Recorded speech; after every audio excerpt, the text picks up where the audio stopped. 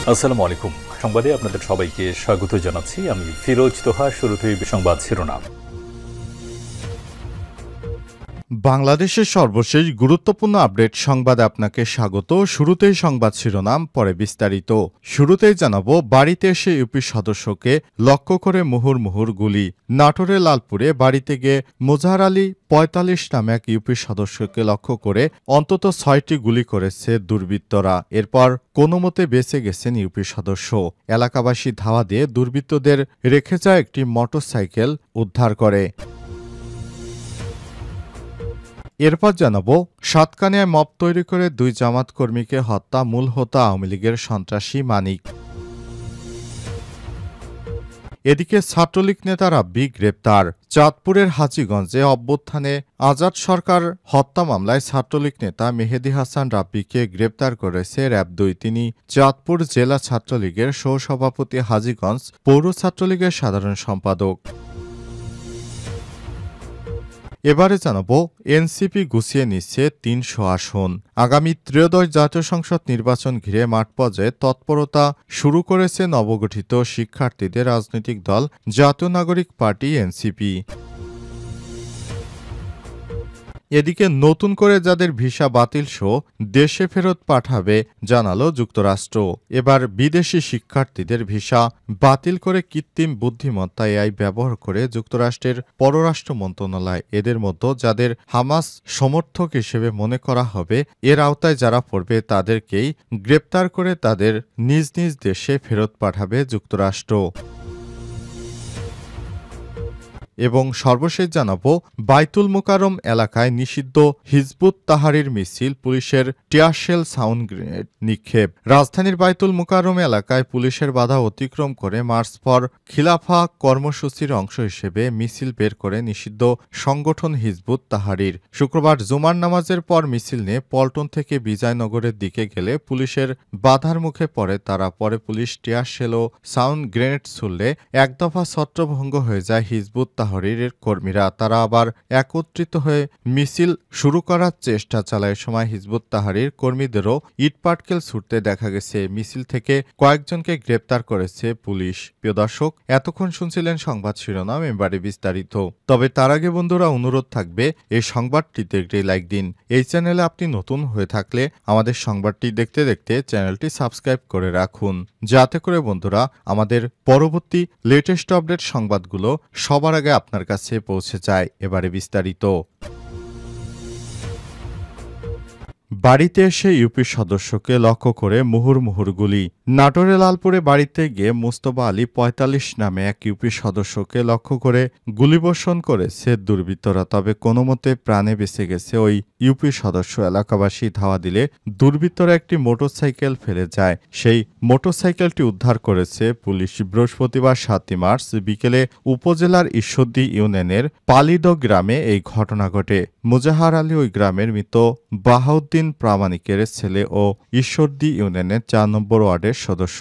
স্থানীয়রা জানিয়েছে, বৃহস্পতিবার বিকেলে দুটি মোটরসাইকেলে ৬ জন লোক ইউপি সদস্য মোজাহারের বাড়ির সামনে এসে থামেন। এ সময় ইউপি সদস্য মোজাহারের বাড়ির ফটকে আসা মাত্রই ওই দুর্বৃত্তরা তাকে লক্ষ্য করে ৫ থেকে ৬টি গুলি ছোড়ে। এ সময় মোজাহারের চিৎকারে আশপাশের লোকজন ছুটে এসে দুর্বৃত্তদের ধাওয়া দিলে একটি মোটরসাইকেল ফেলে রেখে ওই ৩ আরোহী দৌড়ে পালিয়ে যান। অপর ৩ দুর্বৃত্ত অন্য মোটরসাইকেল করে পালিয়ে যায়। এই ঘটনায় ইউপি সদস্যের শরীরে গুলি না লাগায় তিনি প্রাণে বেঁচে গেছেন। খবর পেয়ে পুলিশ ঘটনাস্থলে এসে লোকজনকে জিজ্ঞাসাবাদ করে। প্রতিবেশী ও ঘটনার প্রত্যক্ষদর্শী জাহাঙ্গীর সরকার জানিয়েছেন, তিনি ৫ থেকে ৬টি গুলির শব্দ শুনতে পেয়ে পরে ইউপি সদস্য মোজাহার আলীকে দুর্বৃত্তরা গুলি করে পালিয়ে গেছে। দুর্বৃত্তদের হাতে বন্দুক ছিল। সাতকানিয়ায় মব তৈরি করে ২ জামাত কর্মীকে হত্যা, মূল হোতা আওয়ামী সন্ত্রাসী মানিক। চট্টগ্রামের সাতকানিয়ায় ডাকাতের গুজব ছড়িয়ে ২ জামাত কর্মীকে হত্যার মূল হোতা সাবেক ইউপি চেয়ারম্যান আওয়ামী লীগের নেতা নজরুল ইসলাম মানিক ও তার সহযোগীরা এখনও ধরাছোঁয়ার বাইরে। প্রশাসনে মানিকের প্রভাব এখনও এতটাই যে চাঞ্চল্যকর এই ঘটনা এখনও মামলা হয়নি।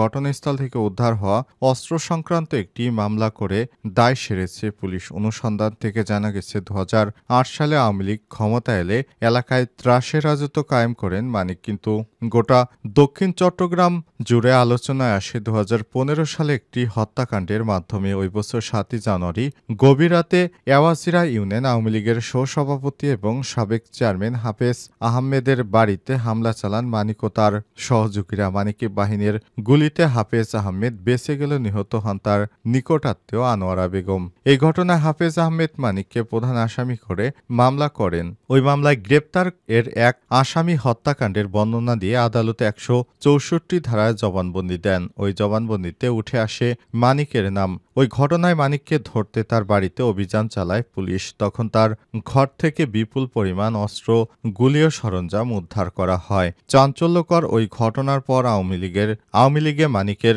কদর বাড়তে থাকে। সাতকানিয়ার সাবেক এমপি আবু রেজা মোহাম্মদ নেজামুদ্দিন নদভী ডান হাত হয়ে ওঠেন মানিক। নদভীর প্রত্যক্ষ মদদে ওই মামলা থেকে মানিকের নাম বাদ দেয় পুলিশ। 2017 সালে ইউপি নির্বাচনকে কেন্দ্র করে ব্যাপক সহিংসতার মাধ্যমে কেন্দ্র দখল করে প্রথমবারের মতো ইউপি চেয়ারম্যান হন তিনি। এরপর থেকেই মানিকের নামে বাগেমহিষে একঘাটে পানি খাওয়ার অবস্থা তৈরি হয় সাতকানিয়ায়। উপজেলা আওয়ামী লীগের অন্যান্য একজন নির্বাহী সদস্য হলেও তার দাপটে তটস্থ ছিল জেলা পর্যায়ের নেতারাও। সাধারণ একজন ইউনিয়ন পরিষদের চেয়ারম্যান হয়ে বনে যান কয়েকশো কোটি টাকার মালিক।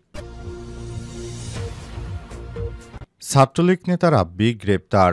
চাঁদপুরের হাজীগঞ্জ অভ্যুত্থানে আজাদ সরকার হত্যা মামলায় ছাত্রলীগ নেতা মেহেদী হাসান রাব্বিকে গ্রেপ্তার করা হয়েছে। তিনি চাঁদপুর জেলা ছাত্রলীগের সহসভাপতি ও হাজীগঞ্জ পৌর ছাত্রলীগের সাধারণ সম্পাদক। শুক্রবার 7 মার্চ হাজীগঞ্জ থানার ওসি মোহাম্মদ মহিউদ্দিন ফারুক বিষয়টি নিশ্চিত করেছেন। এর আগে বৃহস্পতিবার 6 মার্চ তাকে ঢাকা থেকে গ্রেপ্তার করেছে পুলিশ।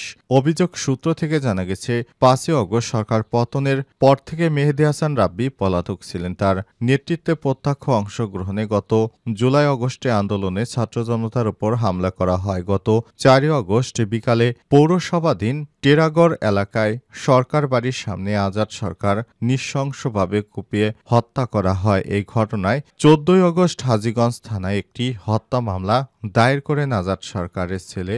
এরপরই এই ঘটনার কারণে তাকে অবশেষে গ্রেপ্তার করেছে র‍্যাব 2 এর সদস্যরা। এনসিপি গুছিয়ে নিচ্ছে 300 আসন। আগামী ত্রয়োদশ জাতীয় সংসদ নির্বাচন ঘিরে মাঠ পর্যায়ে তৎপরতা শুরু করেছে নবগঠিত রাজনৈতিক দল জাতীয় নাগরিক পার্টি এনসিপির নেতারা। অবশ্য আনুষ্ঠানিকভাবে দল গঠনের আগে নিজ নিজ আসনে অঘোষিতভাবে নির্বাচনী কার্যক্রম শুরু করেছেন তারা। দলের আহ্বায়ক জুলাই অভ্যুত্থানের অন্যতম প্রধান মুখ নাহিদ ইসলাম ঢাকার হেভিওয়েট 2টি আসন থেকে নির্বাচনের প্রস্তুতি নিচ্ছেন বলে জানা গেছে। এ 2টি আসন হল খিলগাঁও সবুজবাগ ও মুগদা থানাধীন এলাকায় গঠিত ঢাকা 9 এবং রামপুরা বাড্ডা ও ভাটারা থানা নিয়ে গঠিত ঢাকা 11। সদস্য সচিব আক্তার হোসেন প্রার্থী হতে পারেন নিজ এলাকা রংপুর 4 পীরগাছাও কাউনিয়া আসন থেকে। এছাড়াও শীর্ষ নেতাদের মধ্যে দলের প্রধান সমন্বয়কারী নাসির উদ্দিন পাটোয়ারি চাঁদপুর 5 হাজীগঞ্জ শাহরাস্তি অথবা ঢাকা 18 উত্তরা একাংশ ক্যান্টনমেন্টের একাংশ গুলশানের একাংশ। সিনিয়র যুগ্ম আহ্বায়ক সামান্তা শারমিন ভোলা 1 সদর, সিনিয়র যুগ্ম আহ্বায়ক আরিফুল ইসলাম আদিব বরিশাল 5 অথবা ঢাকা 14, মিরপুরের সাভারের অংশ মুখ্য সংগঠক দক্ষিণাঞ্চল হাসনাত আবদুল্লাহ কুমিল্লা 4, দেবিদার মুখ্য সংগঠক উত্তরাঞ্চল শারজিস আলম পঞ্চগড় 1, যুগ্ম আহ্বায়ক আব্দুল হান্নান মাসুদ নোয়াখালী 6 হাতিয়া আসন থেকে প্রার্থী হওয়ার প্রস্তুতি নিচ্ছেন। এর মধ্যে নিজ নিজ এলাকায় মানুষের সঙ্গে বিভিন্নভাবে সম্পৃক্ততা বাড়ানোর চেষ্টা করছেন তারা। একইভাবে এনসিপির কেন্দ্রীয় কমিটির বেশিরভাগ নেতারাই নিজ নিজ আসন থেকে কেন্দ্র করে নির্বাচনী কার্যক্রম চালিয়ে যাচ্ছেন।